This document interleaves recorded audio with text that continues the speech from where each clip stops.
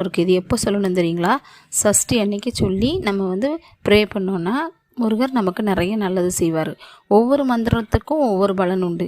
அதை நம்ம தெரிஞ்சுட்டு செஞ்சோன்னு வைங்களேன், நம்ம என்ன வேண்டுமோ அதுக்கேற்ற மந்திரத்தை நம்ம சொல்லிக்கலாம். எனக்கு தெரிஞ்சு 10 மந்திரத்தையும் சொல்கிறது ரொம்ப நல்லதுன்னு நினைக்கிறேன். ஃபஸ்ட் ஒன் பாருங்களேன், ஓம் சரவண பவ அப்படின்னா பாதுகாப்பும் முருகன் அருளும் நமக்கு நிறைய கிடைக்குமா. ஓம் சண்முகாய நமக அப்படின்னா ஆன்மீக வளர்ச்சியும் ஞானமும் கிடைக்குமா. ஓம் முருகனே நமக அப்படின்னா அனைத்து நலன்களும் செல்வ வளமும் நமக்கு கிடைக்குமாங்க. அதை விட வேலவா வேலவா அப்படின்னு சொன்னோன்னா வெற்றியே கிடைக்குமா. ஓம் குமாராய நமக அப்படின்னு சொன்னோன்னா நமக்கு ஆரோக்கியமும் மகிழ்ச்சியும் கிடைக்கும். நான் இதை தான் அடிக்கடி சொல்ல போகிறேன்.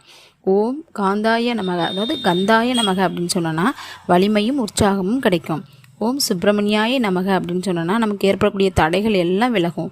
ஓம் வேலாயுதாய நமக அப்படின்னு சொன்னோன்னா வேகமும் வளர்ச்சியும் ஏற்படுமாங்க. அதோட ஓம் சுவாமிநாதாய நமக அப்படின்னு சொன்னோன்னா முருகனுடைய கருணையும் ஆசையும் கிடைக்கும். அதானே நமக்கு வேணும். ஓம் சரவண பவ ஸ்ரீ முருகனே நமகன் கடைசியில் சொல்லி முடித்தோன்னா அளவில்லாத பாதுகாப்பும் அருளும் நமக்கு கிடைக்குமா. நீங்களும் இதை ட்ரை பண்ணுங்கள். சஷ்டி அன்னைக்கு சொல்லுங்கள், 21 முறை சொல்லுங்கள்.